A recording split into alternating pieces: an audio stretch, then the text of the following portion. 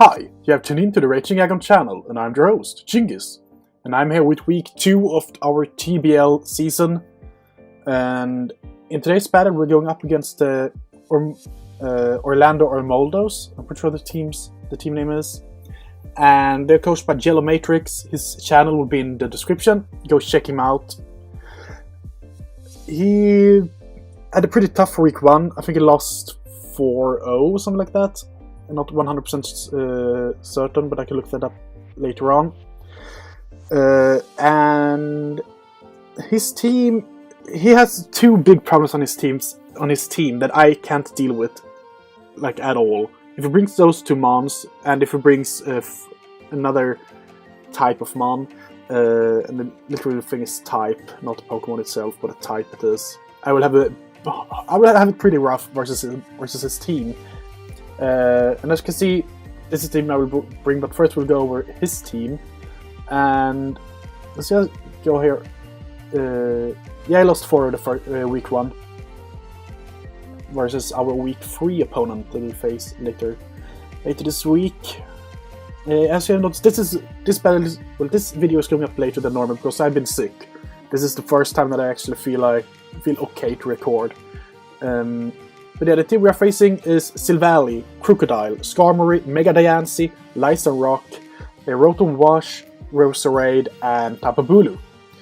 So the 3 mons that I'm very, very scared of here is Tapu Bulu, Lysan Rock, and fighting Silvally. Those 3 mons can break through all of my Pokemons no problem. Like, it's scary. Tapu Bulu is such a threat. It does so much work versus my team. I think it's guaranteed to 2-hit KO everything on my team with Woodhammer. I don't have a single Pokemon that doesn't get 2-hit KO'd by it. That's scary. Lysan Rock is a Pokemon that... it's fast. That's the problem for me. It's fast and can stab a Rock. If it is banded, that Rock can actually knock out both Darm. I think Life Orb Rock is enough to knock out my Darmanitan, but Banded knocks out my Tapu Koko, I'm pretty sure. So I have a big problem versus his team prepping wise. But he made 2 changes, and those changes were good for me. Well, 1 change maybe. No, he made 2 changes. No, he made 1 change. Yeah, he changed Rotom Frost to Rotom Wash, and I'm so glad of that, because Rotom Wash is so much easier for me to deal with than Rotom Fridge, or Rotom Frost, whatever you want to call it. So I'm just glad for that. That made it so much easier for me, in the prep, because I ran some calcs. I had to go max attack Iron Head to be able to 2-hit KO physically defensive Rotom Frost, Rotom Fridge. That's not good. Like, Tapu Koko was my only thing that could actually deal with it, and it could hardly 2-hit KO it if it was max attack. So this is a very scary team for me to prep for, actually. It doesn't look that on paper, but when you actually start looking into the mons, attack, the defenses, I have a really hard time versus him. The problem is that my grass type, that works so well versus everything on his team, except for Tapu Bulu, gets destroyed by Tapu Bulu, and he can just switch in Tapu Bulu, take my hits no problem, and just destroy me back. So yeah, it is what it is. But the team I brought, first out we have Lacuna Coil, our Milotic with Flame Orb, Marvel Scale, Recovery, Ice Beam, Scald, Toxic, 252 HP, 252 Defense, Bold Nature. This allows me to take 2 non-banded, no grassy, well, non-banded grassy terrain grass hammers, wood hammers. I mean, that's actually pretty okay if I get the Flame Orb off, of course. But it deals like 95% max or something like that. So I mean, I die to Flame Orb damage. Not a lot to do, but everything else I can deal with on his team, and I'm pretty sure that I'm faster than Tapu Bulu as well, so I can Ice Beam it to death, no problem. Next up we have Hatebreed, our Porygon 2 with Eviolite, Analytic, Iron Tail, Recovery, Thunderbolt, Ice Beam, 252 HP, 4 attack, and 252 special defense, Sassy Nature. So, Iron Tail, when it KOs his Mega Diancie, it when it KOs his Lysan Rock, and it deals more damage to. I'm pretty sure it deals more damage to Tapu Bulu than Ice Beam does. Great for me. So I have no problem with that, and as long as I hit it, I will destroy his team with it. So I'm fine with that. Thunderbolt Ice Beam. His team is very Bolt Beam weak, as you saw. So Thunderbolt Ice Beam is just very good coverage to have on Porygon 2. I wouldn't be surprised if this is my win con, because it's bulky. It's bulky enough that it actually can take 2 hits from. Well, it can take 1 hit, 1 Grass Hammer from banded grassy terrain Tapu Bulu and kill it back with Iron Tail. I'm pretty sure about that. If it's AV, I cannot kill it with Ice Beam, but Iron Tail should still knock it out. So yeah, Porygon 2 is a very, very important Pokemon this week. It has to take a lot of hits, and it has to deal a lot of damage. Then we have Ailstorm, our Delmise, Assault Vest, Steelworker, Heavy Slam, Earthquake, Knockoff, and Rapid Spin. 156 HP, 252 attack, 100 defense, Relaxed Nature. This thing can take more or less any hit from Tapu Bulu. It can take 2 Wood Hammers, and after the grassy terrain has done its work with the HP Resurrection, I have the potential to live another one if it's not banded. If he's banded, I can't survive 2. And this is my best switch-in to his stupid Tapu Bulu. It's insane how much damage it does. Like, this is resisted, bulky Pokemon that takes on the Grass Hammer from it, and it can't do it. It's sad, but Heavy Slam 1-hit KOs it. Knockoff is very crucial in this matchup, I feel like. Earthquake could be pretty useful as well. Rapid Spin is not that crucial. I don't really know what. I mean, I don't think Stealth Rock or something like that is important for me, and I don't think Darm will do too much work. I mean, I will switch in Darm once and I will just attack him because he has no switch-ins to it. Talking about Darm, here we have In Flames or Darmanitan, Choice Scarf, Sheer Force, U-Turn, Earthquake, Flare Blitz, Taunt, 252 attack, 24 special defense, 232 speed, Jolly Nature. This is to outspeed. What is face? I forgot the name now. This is to outspeed Crocodile. It's to outspeed Crocodile 100% of the time, and U-Turn will kill Crocodile after some ship damage. So I mean, it's really good to have. Earthquake Flare Blitz does so much damage, and Taunt is there in case he wants to set up with something that I don't want him to set up with. I'm pretty sure Bulu gets SD. That would be very, very scary. So then I can taunt him, or I will switch out because Flare Blitz destroys him. And I can make sure that I can taunt his Crocodile and so forth. So it's I didn't need a 4th move slot in this thing. Earthquake and Flare Blitz did the damage, and U-Turn is good enough for momentum, so I just needed a taunt. I felt like that was a good utility move to use. Then we have AC/DC, our Tapu Koko with Life Orb, Electric Surge, Iron Head, U-Turn, Reflect, Thunderbolt, 64 attack, 188 special attack with Rash Nature, 220 speed. This thing outspeed everything on his team barring Scoffers, and it can 1-hit KO. I think Iron Head on this thing now is guaranteed 2-hit KO on everything on his team that is weak to it, even the Tapu Bulu. After Reflect, I can survive 1 Wood Hammer from Tapu Bulu. U-Turn and Thunderbolt is just there for coverage because it's good moves to have. Last but not least, we have Rob Zombie with Gliscor, Toxic Orb, Poison Heal, Stealth Rock, Earthquake, Knockoff, U-Turn, 252 HP, 4 attack, 252 defense, Impish Nature. Our 3rd physically defensive wall, but it can't take a hit. It can't take a Grass Hammer from Tapu Bulu. I just have, like, the good thing here is I am faster, so I can knock him off, I can U-turn out, and if he's not banded, I can survive a Grassy Terrain Wood Hammer with this thing from full. But I can't do anything else like that. This is the team I brought versus him, and we just have to hope that he doesn't bring Bulu or something like that. Because if he brings Bulu to the matchup, he wins. Like, I have nothing for Tapu Bulu.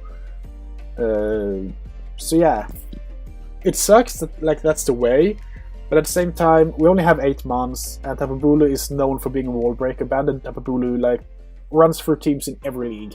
It's a very, very good offensive Pokemon. It just sucks that it's so slow and has the 4 times weakness to poison. That's very easy to exploit. But I don't in this here because I use steel type moves instead, predicting him to having, if he brings it, having some form of poison berry or other way to survive a poison hit. So I will go to the battle and I will see you there.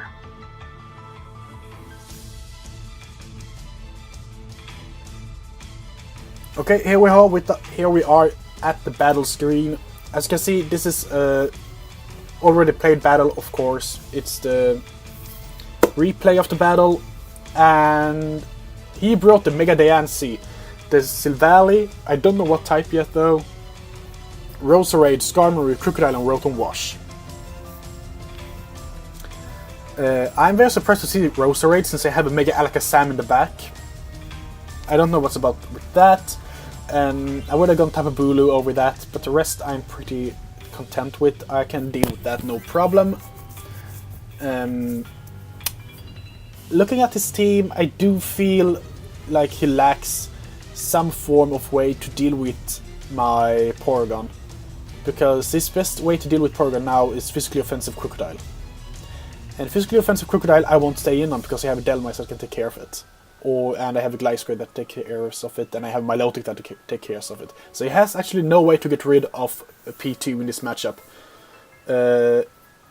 If I get up Electric Surge, I should be able to destroy his Rotom Wash pretty easy with P2.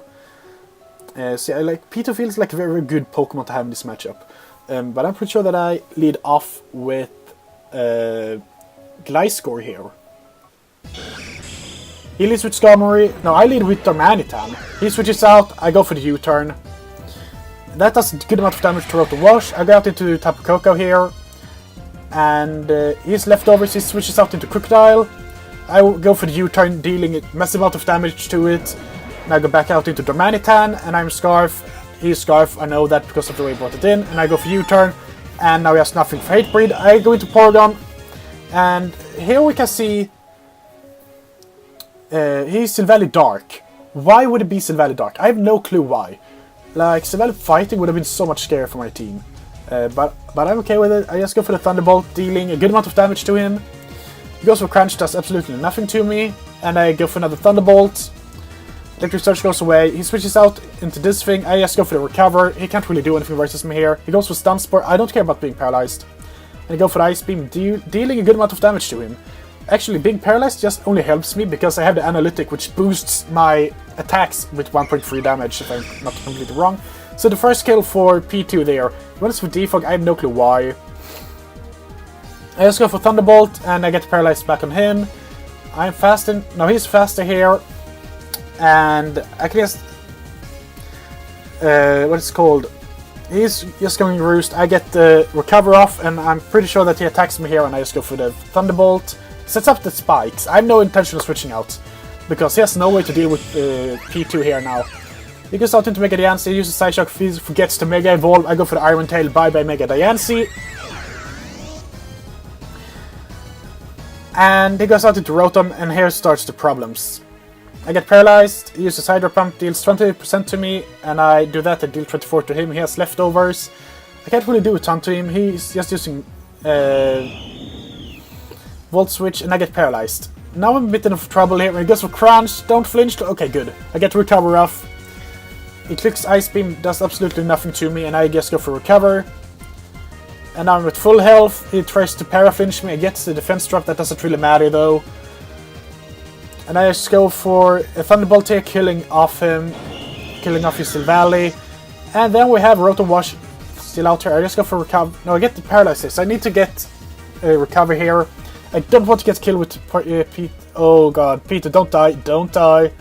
You know you... okay, good. We survive, and we get to recover. Great. Now we know that we have won the battle 100% because he can't do anything versus me.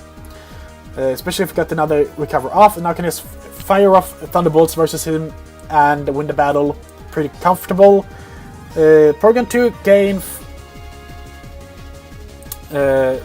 Pokémon 2 will gain 5 kills this week, being the kill leader with 7 kills in 2 battles.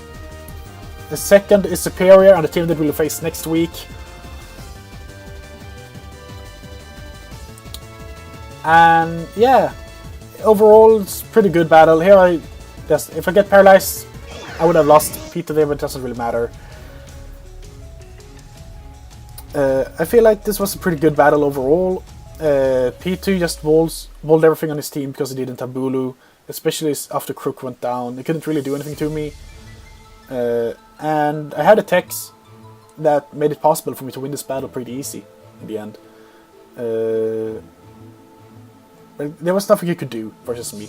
There really wasn't. Since he didn't bring Tapu Bulu, he couldn't do anything versus my team. So that was a misprep on his part. But for me, I'm just happy that P2 put in the work. It has, as I said, it has 7 kills after 2 games. That's pretty respectable, in my opinion, for Wall, for what P2 is after all.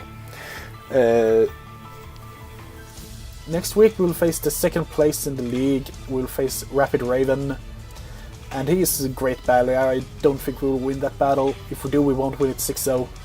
We're actually back-to-back 6-0s, so we are actually plus 12 in our differential, leading the league for the first time ever. I actually is first place in the league, which feels okay. I'm not that... How should I put it? I'm not used to be in that position, but that's why I actually decided to join the TBL, the minor league of ABL, because I wanted to gain some more battle experience, get some wins under my belt, and try to use other mons, using them in another way. I also joined some other leagues that aren't on YouTube, and I have positive records in one of them, and the other hasn't started yet. I'm 2-1 in the one league, with 2 back-to-back wins, and a very close week 1 loss. And the other league will start this week, and I will not upload them to YouTube. I will just inform you how it goes in them. I don't have the time to upload them, so otherwise I would. I really do. I really would. So yeah, thank you for watching this video, guys.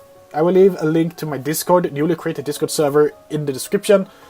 And you will also find our opponent, Yellow Matrix, down below in the comment sections and in the description. You'll find his link, the link to his channel. I'm actually going to link my Twitter as well. I'm not using Twitter that much, but I'm still active from every now and then. So I'm just going to link it there for you to follow if you want to. But without further ado, thank you once more for watching this video. We are close to 100 subs. That feels awesome.